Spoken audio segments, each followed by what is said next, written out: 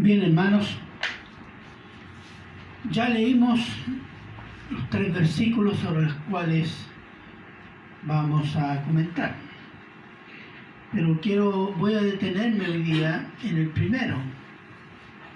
El siguiente día vio Juan a Jesús que venía a él y dijo: he aquí el Cordero de Dios que quita, tome nota, que quita el pecado del mundo.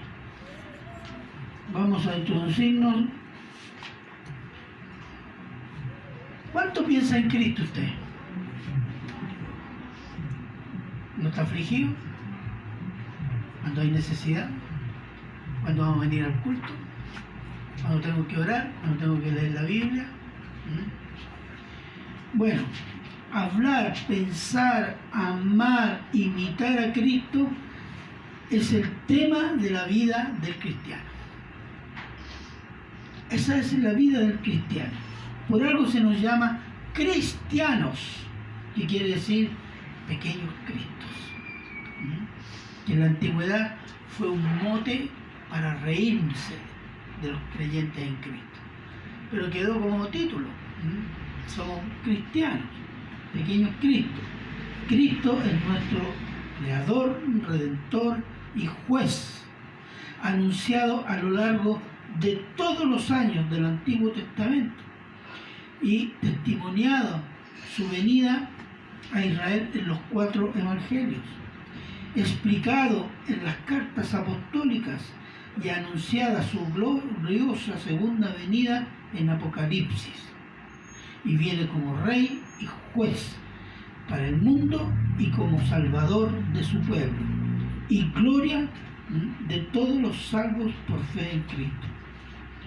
Pero en su primera venida vino como un cordero, humilde, vulnerable, hombre, pero al mismo tiempo santo y Dios.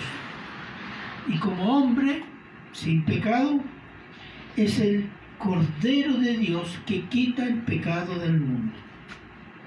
Quita el problema más grande que el ser humano tiene para acercarse al Dios creador. ¿Cuál es el problema más grande del ser humano? El pecado. Y Cristo es el que lo soluciona, lo elimina este obstáculo del ser humano para la comunión con Dios. De modo que Cristo es el poderoso Logos de Dios, que es creador, redentor, juez, ángel, Dios, hombre, profeta y sacerdote y rey eterno.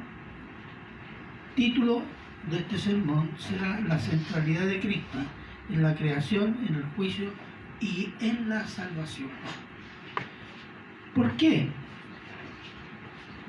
Yo creo que por los años, conociendo muchos hermanos evangélicos, en general hay una visión muy superficial de Cristo.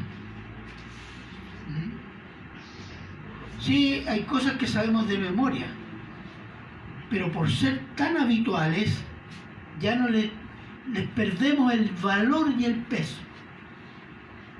Es como tener, no sé, oro en la casa. Yo tengo 2 barras de oro. Sí, hay 2 barras de oro ahí. Cotidiano, normal. Y que ya no se ven con tanto valor. Y a veces con Cristo nos pasa eso.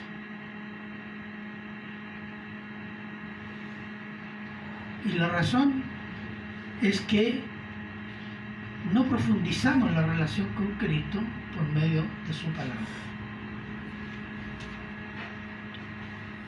Gracias. Entonces, ya leímos el versículo.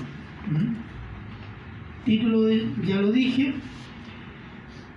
Versículo 29. El centinela. ¿Quién es el centinela? Juan el Bautizador. Antes había anunciado, viene uno.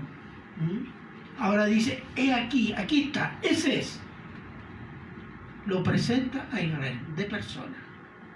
He aquí el Cordero de Dios que quita el pecado del mundo. El Cordero de Dios presentado por Juan es el cumplimiento definitivo de lo que Dios mismo enseñó a Israel, que el pecado se debe expiar, pagar, por la muerte sacrificial de un cordero, sin tacha ni defecto.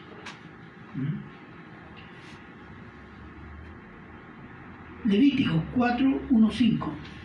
Vamos a ir al Levítico. ¿Cómo lo hacían? Levítico 4:1-5. Ofrenda por el pecado. Habló Jehová a Moisés diciendo: habla a los hijos de Israel y diles: cuando alguna persona pecare por yerro en alguno de los mandamientos de Jehová sobre las cosas que no han de hacer, o hiciere alguna de ellas, si el sacerdote ungido pecare según el pecado del pueblo, ofrecerá a Jehová por su pecado que habrá cometido un becerro sin defecto para expiación, para el pago. Traerá el becerro a la puerta del tabernáculo de reunión delante de Jehová y pondrá su mano sobre la cabeza del becerro y lo degollará delante de Jehová. Y el sacerdote ungido tomará de la sangre del becerro y la traerá al tabernáculo de reunión. Entonces, ¿cómo se expiaba el pecado?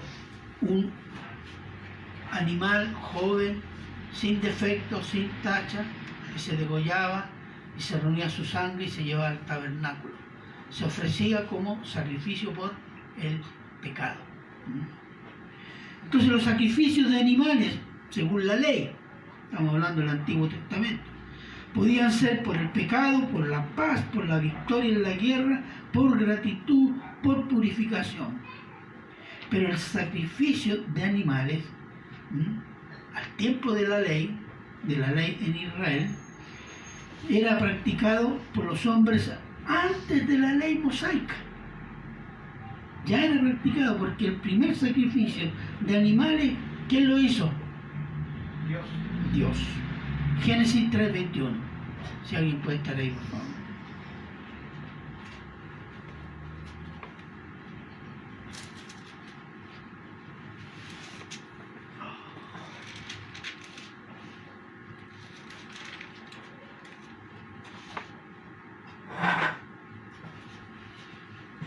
Génesis 3:21, ¿qué dice? Y Jehová Dios hizo al hombre y a su mujer túnicas de pieles y lo vistió. Ahí no habla de muerte, pero ¿de dónde sacó las túnicas de pieles? Tuvo que haber matado 2 animales, ¿cierto? Ahí entró la muerte. Y los muertos eran inocentes. Entonces, por el pecado del hombre, un animal es sacrificado para cubrir el pecado de los hombres, pero no quita el pecado. Mírese, Génesis 8:20, se lo leo. Y edificó Noé un altar a Jehová y tomó de todo animal limpio y de todo ave limpia y ofreció holocausto en el altar. Después que Noé sale, la tierra se seca, sale del arca y hace un sacrificio de gloria a Dios, de gratitud, de reconocimiento de la bendición que tuvieron ellos de vivir, seguir viviendo en la tierra. Génesis 12:7-8.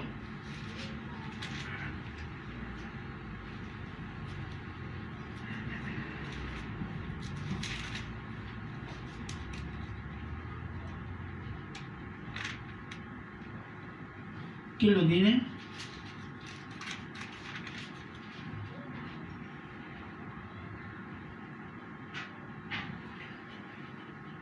Le apareció Jehová a Abraham y le dijo: a tu descendencia daré esta tierra. Y edificó allí un altar a Jehová, quien le había aparecido. Edificó un altar. ¿Para qué edificó un altar?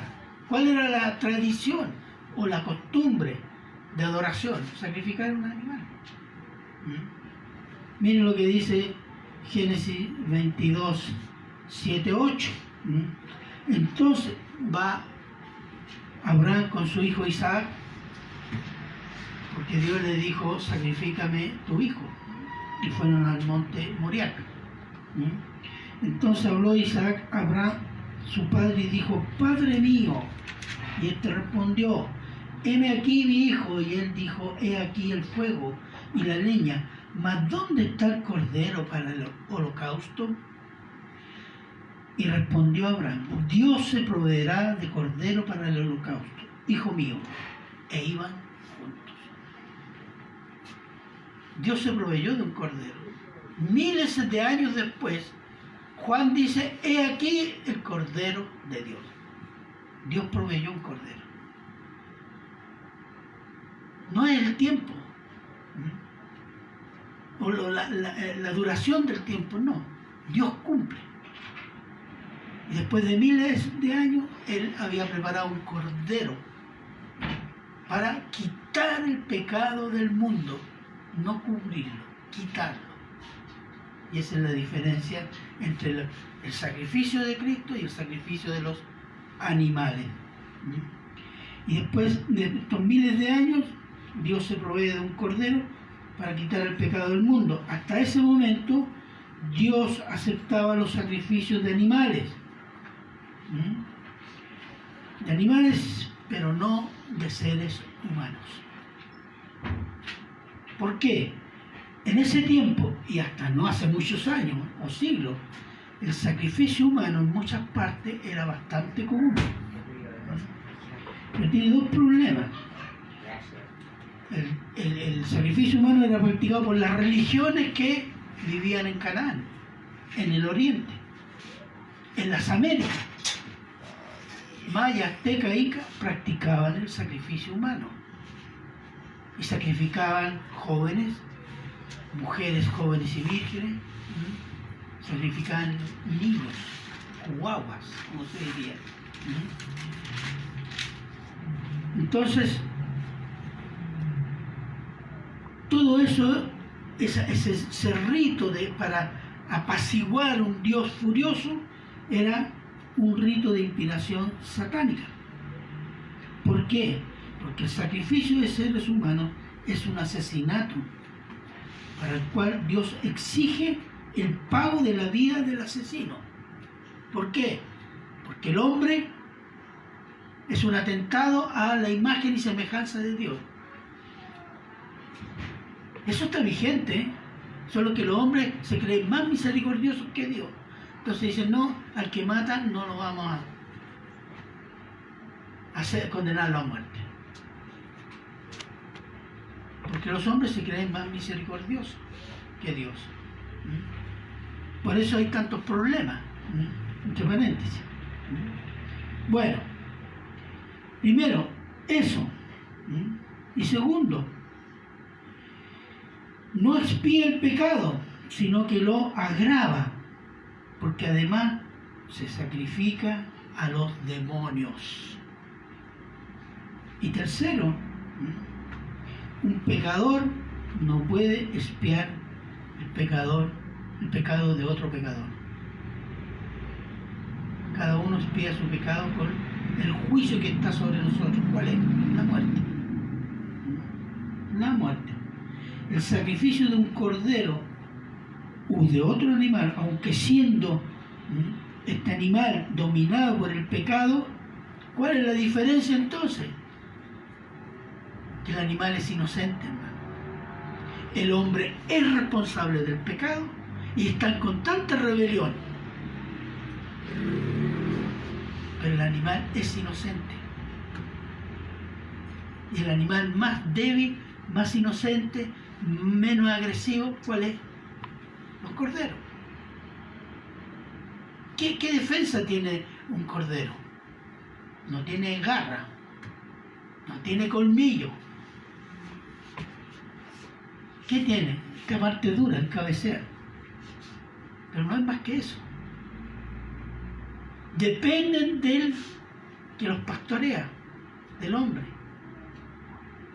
Y es un animal tonto, como el hombre, de rebaño. Entonces es inocente. y es el más inocente y el más débil y el más vulnerable. Y usa esa figura de cordero para simbolizar qué cosa. Que este inocente, vulnerable, débil, etc., paga por el pecado del pecador. Por eso se usaban animales y no hombres. Entonces,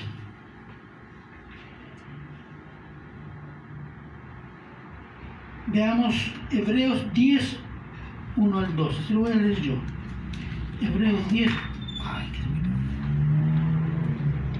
se me cayó el oído.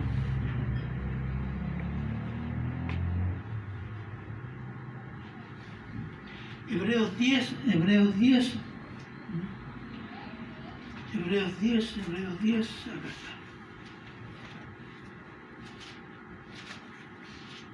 Hebreos 10, 1 al 12.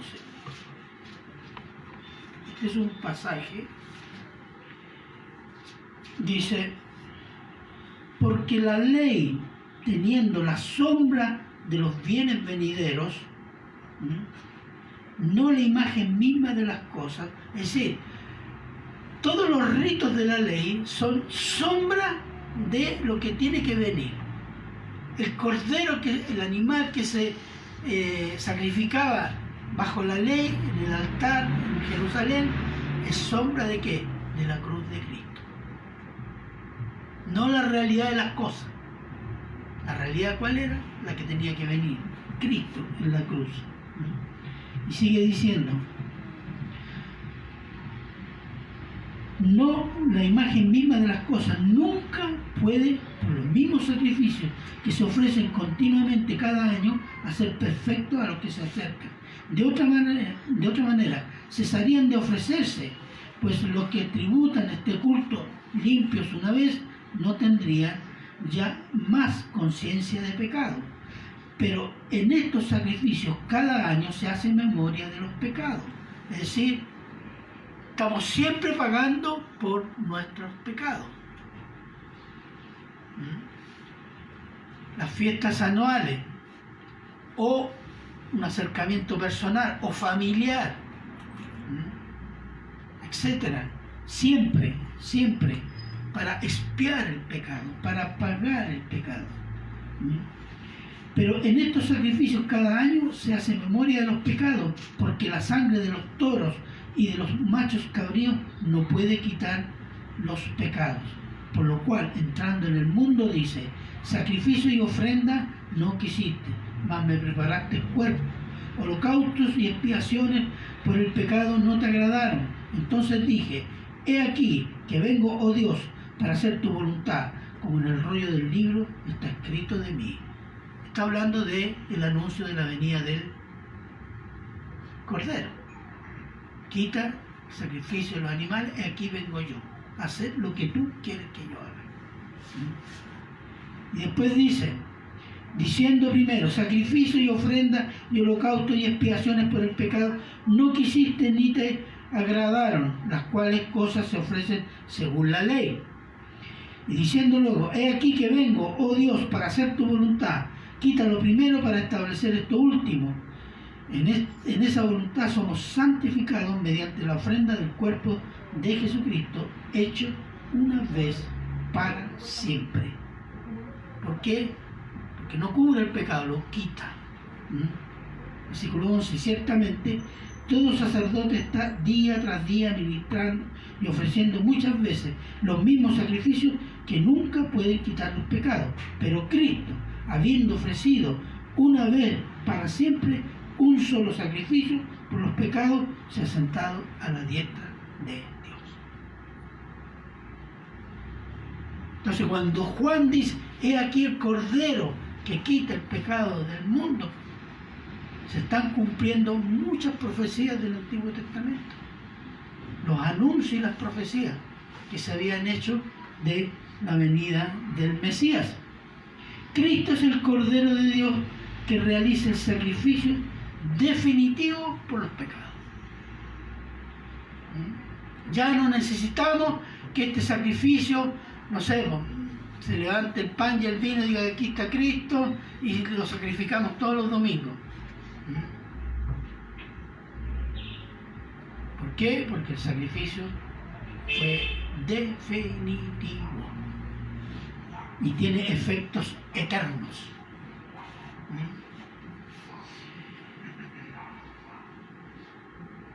Entonces es un sacrificio de un hombre. Ya dijimos que Dios no permitía el sacrificio de los hombres. Entonces, del sacrificio de animales se pasa al sacrificio de un hombre. Pero de un hombre muy, pero muy especial. ¿Por qué es especial Cristo? Porque es Dios hecho hombre. Él es el Emmanuel, que es Dios con nosotros, según Mateo 1:23. Y es niño nos es nacido, hombre, hijo nos es dado, hijo de Dios. Isaías 9:6. Esa característica hace de Cristo un hombre igual a los hombres, pero diferente a todos los hombres.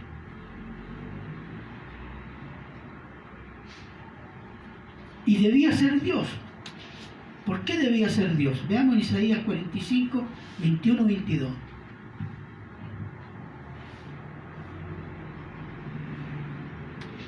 Isaías 45, 21, 22.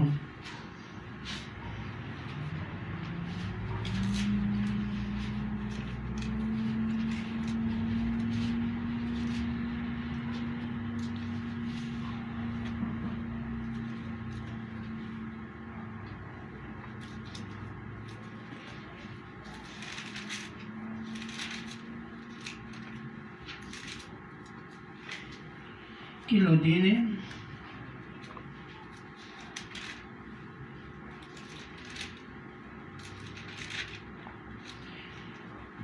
Isaías 45, 21, 22. Amén.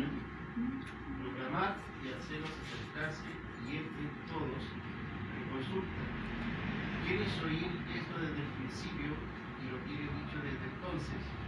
Sino yo Jehová, y no hay más, no hay más Dios que yo, pues justo y salvador, ningún otro fuera de mí. Mirad a mí y sed salvos todos los términos de la tierra, porque yo soy Dios y no hay más. Esa declaración, ¿qué me dice? Yo soy Dios y no hay más que yo. Y todos los aspectos de la salvación, ¿quién lo hace? Dios. Entonces tenía que ser Dios el que salvara. Y también tenía que ser un hombre. Romanos 5, 17 al 19. Les voy a leer yo. Dice: pues si por la transgresión de uno solo reinó la muerte, muchos más reinarán en vida por uno solo, Jesucristo, los que reciben la abundancia de la gracia y el don de la justicia. De ley el 17. Es decir, un hombre pecó y un hombre debía pagar según la ley. Y por un hombre, que es Dios hecho hombre, nos llega la gracia de Dios para salvación. ¿Por qué? Por una obra de sacrificio. Él pagó definitivamente el pecado. Entonces tenía que ser Dios, porque no hay otro que salve, y tenía que ser hombre para pagar el pecado de otro hombre. Por eso a Cristo se le llama el nuevo Adán, el nuevo comienzo, en la cabeza de una nueva raza, que son los salvos. Y Él paga con su vida, porque un hombre pecó, un hombre debe pagar. Entonces no puede ser Jesucristo un espíritu, como decían antes y algunos. No, es que era un espíritu en forma de hombre, porque si no el pecado no habría sido pagado. Pero tampoco podía ser un hombre con naturaleza pecaminosa, porque si no tampoco el pecado se pagaba. Entonces tenía que ser Dios y hombre. Esa es la obra de Dios. Un hombre pecó, un hombre debe pagar. Y el pago por el pecado, ¿cuál es? la muerte. Ahí está el sacrificio. Todo hombre muere por su pecado, o a causa de su pecado. Por tanto, es imposible que un hombre pague por el pecado de otros hombres, sino que tenía que ser un hombre sin pecado para poder pagar con su muerte el pecado de otros. Es decir, debía ser santo, santo, santo, lo que significa que debía ser Dios. Y el evento que confirma su santidad y que el pago, su sacrificio ha sido aceptado por Dios Padre, fue la resurrección. La resurrección es la señal de que está todo pagado, que Cristo definitivamente ha pagado por el pecado. Y todos los que se acercan a Él, todos los que creen en Él y confían su vida en Él, son salvos para vida eterna.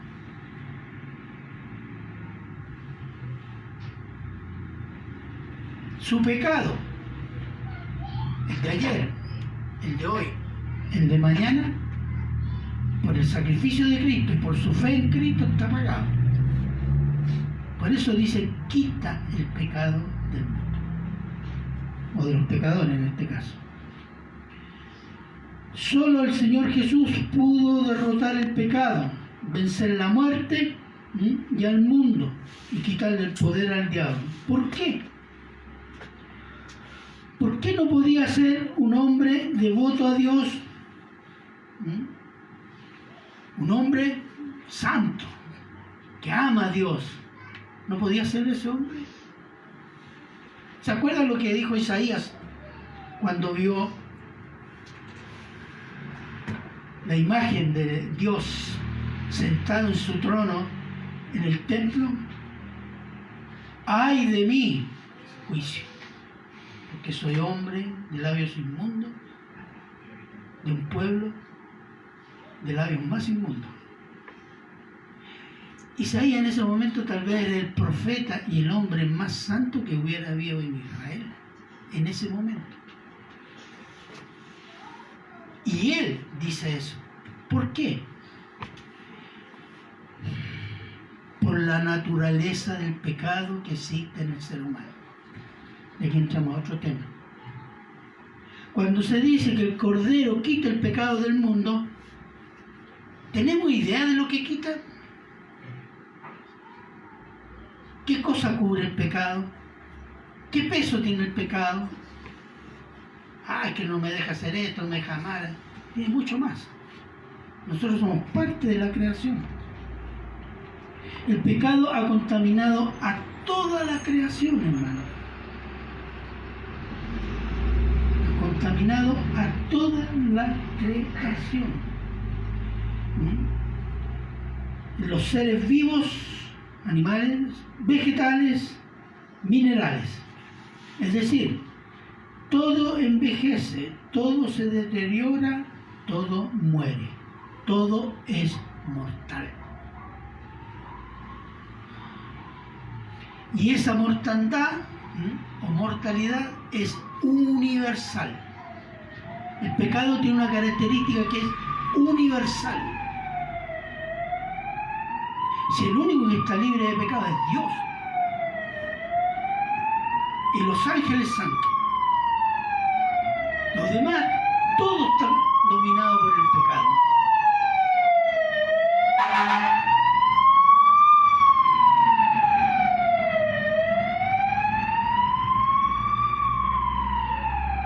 Dios maldijo la tierra, ya no será generosa y abundante en dar frutos y alimentos para el hombre, sino que el hombre deberá trabajar hasta el cansancio para obtener el alimento, y morirá, su cuerpo volverá a la tierra y su espíritu volverá a Dios que lo dio.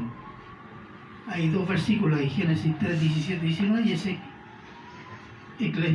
Eclesiastés 12, 7, pero no lo veo. Además, el pecado produjo algo.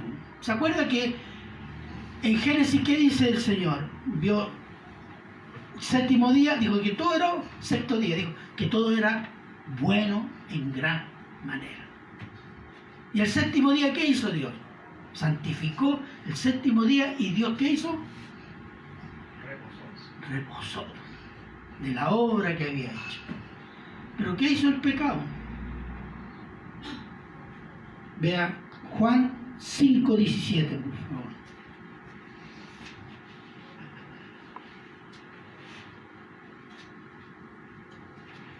Y Jesús le respondió: mi Padre hasta ahora trabaja y yo trabajo. Exactamente. Dios está trabajando, se acabó el reposo. Porque está guiando todo a juicio. Preparó el Mesías. El Mesías ahora está a la destra, a la derecha de él, intercediendo. Entonces hay trabajo. ¿Por qué? Porque hay una batalla contra el pecado. Y los hombres y los demonios están luchando contra Dios. Y contra toda la obra de Dios. Contra los creyentes y todo la palabra, la iglesia. Entonces, toda la creación está gobernada por el pecado. Y aquí quiero explicarles, si es que hay tiempo, cómo podemos verificar eso de que todo muere. En física hay dos leyes, se llama la primera y segunda ley de la termodinámica. La segunda ley de la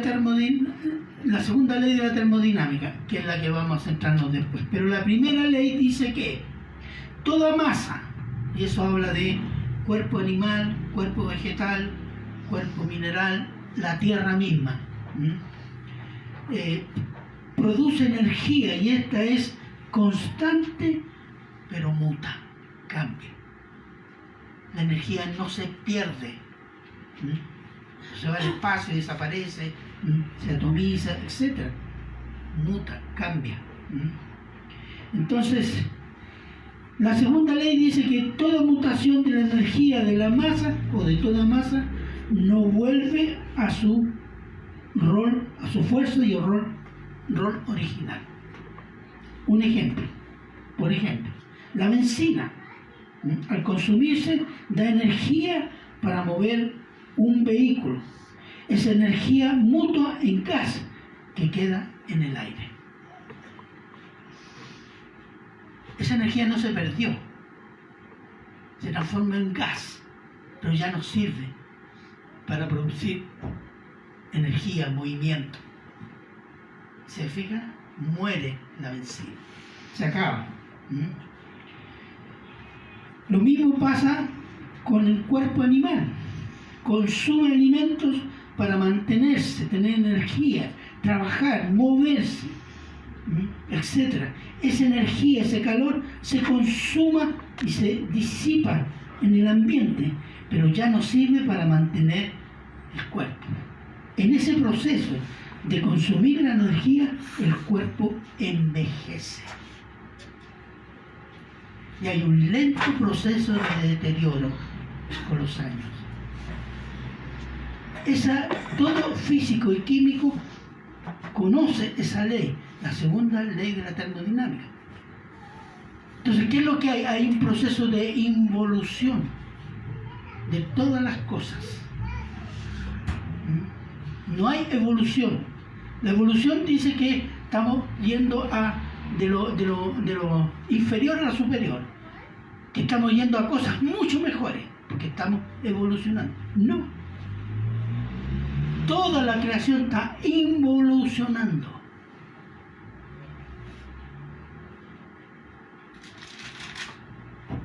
El proceso lo podemos ver en Salmo 102, 25 al 27.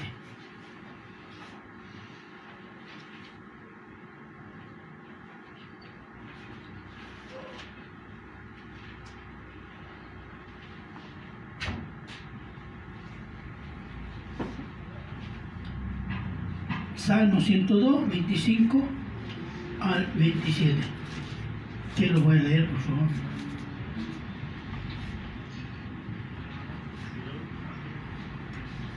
Desde el principio tú fundaste la tierra, y los cielos son obra de tus manos.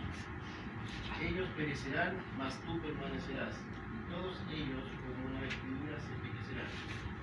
Con un vestido los mudarás y serás mudado, pero tú eres el mismo y tus años no se acabarán. Ahí está el concepto de la segunda ley de la termodinámica. Tú creaste el cielo y la tierra, pero estos envejecerán. Pero tú permanecerás. Hay una diferencia entre la creación dominada por el pecado y Dios. Dios es eterno. Pero la creación está envejeciendo, decayendo. ¿No? Y esa es la extensión del pecado. Cubre toda la creación. Pero también afecta la raíz de cada ser, animal, vegetal o mineral. Cada ser se deteriora desde su interior. Nosotros no envejecemos porque, no sé, pues, tomamos mucho aire. O porque tomamos mucho sol. Podemos enfermarnos, sí. Pero el envejecimiento es un proceso que viene de adentro hacia afuera. Y eso lo han reconocido todos los científicos. ¿Dónde? Es un trabajo celular. Las células van envejeciendo. Cada célula del ser humano.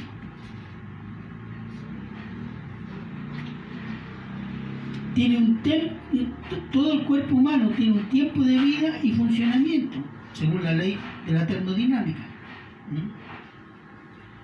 El pecado y la muerte están o son parte de la naturaleza esencial de todo ser humano y de toda la creación. ¿Dónde tenemos el problema? Acá adentro.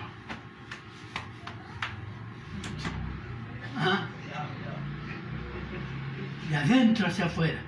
Miren lo que dice Mateo 15, 19. Se lo leo yo.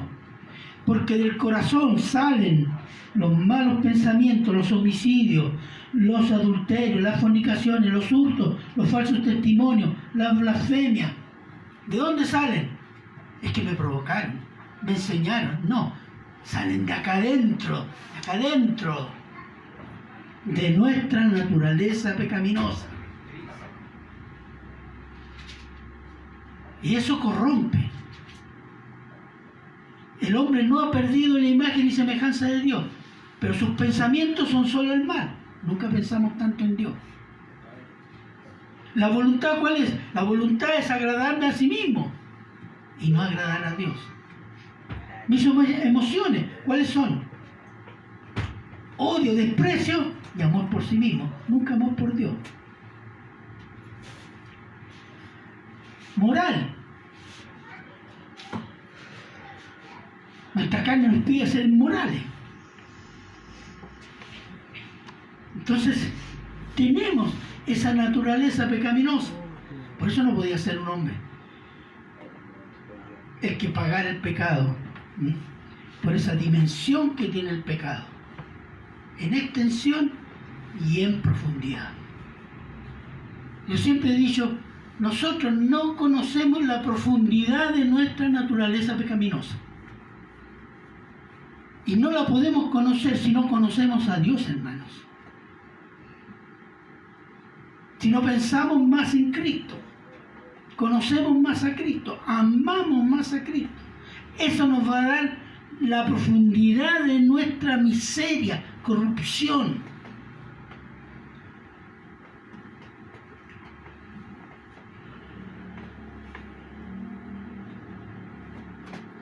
Entonces,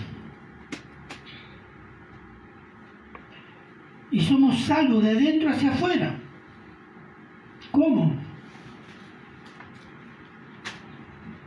Dios pone el querer como el hacer. El Espíritu Santo, ¿dónde trabaja cuando quiere salvar a alguien? Le arregla la ropa, el físico, trabaja acá adentro, la mente y el corazón. Y cuando creemos, el Espíritu Santo hace casa en nosotros. ¿Para qué? Desde adentro guiarnos a cambiar, a amar, obedecer a Cristo. Es una obra de adentro hacia afuera. Entonces, como dijo el apóstol Pedro a sus acusadores, esta obra se hace por medio de la fe en Cristo. Dice, en ningún otro hay salvación, porque no hay otro nombre bajo el cielo dado a los hombres en que podamos ser salvos. No hay otro. No importa que si los hindúes, que los de allá, del oriente, que tienen otros dioses, no. Sin Cristo no hay salvación. ¿Por qué? Porque Cristo pagó por el pecado y quita el pecado. El hombre no podía quitar el pecado por la extensión y porque nosotros estamos dominados por el pecado. Ni ninguna criatura podía hacerlo, solo Dios hecho hombre. Esa es la dimensión de nuestro Salvador, hermano.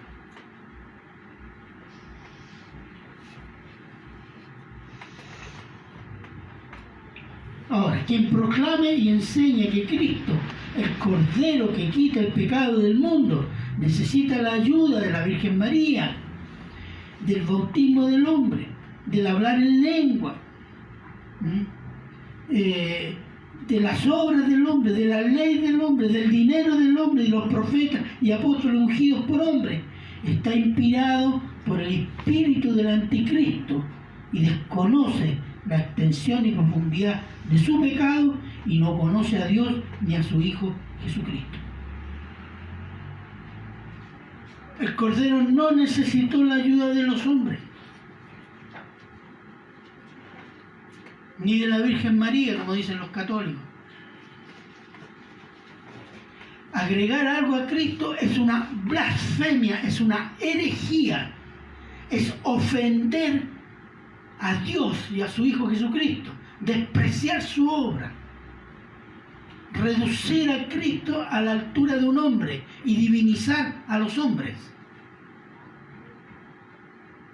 Solo una mente carnal y orgullosa que quiere robar un poco de gloria a Dios hace partícipe que el hombre tiene que hacer esto conjunto con Dios para salvarse. La criatura dominada por el pecado, corrupta, no tiene nada que ofrecerle a Dios. El único aporte del ser humano a la creación fue el pecado.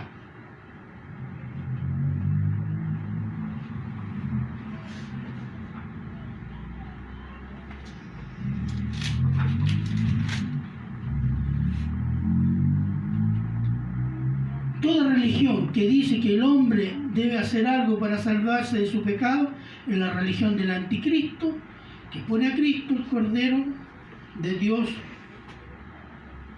a nivel del hombre, y al hombre lo pone al nivel de Dios. Entonces nuestro Salvador es Dios hecho hombre que muere como Cordero para quitar el pecado en la creación. Y el único que puede vencer el pecado y vencer la muerte es Dios que se hizo hombre. Y como Dios es también creador de todas las cosas. Porque no es Dios para salvar. Si es eterno, es porque también es creador. Pero lo vamos a dejar hasta aquí. Vamos a seguir el domingo. Tengo 10 hojas más, pero usted sabe hacerlo todo. Pero ese es el punto que usted, yo quiero, hermano, que usted dimensione esta obra de Dios. Cristo hecho hombre. No nos cabe en la mente, yo no tengo palabras para decir lo grande, lo magnífico que es Cristo. Y nosotros somos tan banales, tan superficiales. Lo tratamos con la actitud y a veces con el pensamiento de la peor manera. Porque no estamos conociendo a Dios.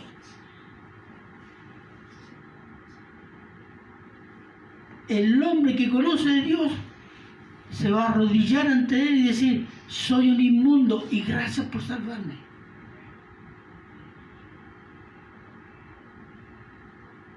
Pero yo no veo eso en la iglesia.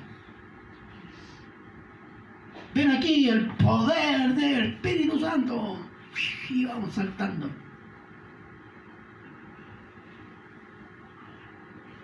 Y si no hay esa visión exaltada de Cristo, no hay reverencia. En la iglesia hay una falta de reverencia porque hay ignorancia de Dios y de lo que es Dios y la obra de Jesucristo. Es una iglesia irreverente, sin respeto. Y nosotros a veces caímos en eso.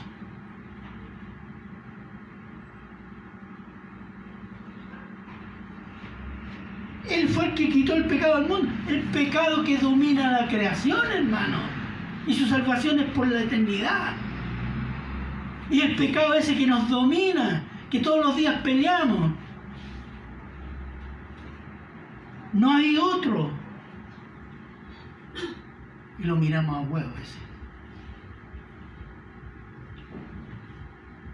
Bueno, vamos a dejar hasta ahí. Él es creador. Y no solo Salvador, también es juez. Y eso lo vamos a ver el próximo domingo, con los otros 2 versículos. Amén. Amén. Vamos a orar. Padre bueno, eterno y misericordioso, Señor, grande y bondadoso es usted, Señor, que en esa pequeña frase de este versículo 29 que dice el Cordero de Dios que quita el pecado del mundo, es todo el poder en una forma tan simple, está expresada en la profundidad de la obra de Dios por medio de Cristo. Gracias, Señor. Ayúdenos, Señor, a entenderlo, amarlo y tener esta visión exaltada de nuestro amado Señor y Salvador, para que todos nuestros pensamientos y obras den gloria a su nombre y podamos ser testigos fieles de su inmensa salvación. Gracias, Padre, se lo agradecemos en Cristo Jesús. Amén.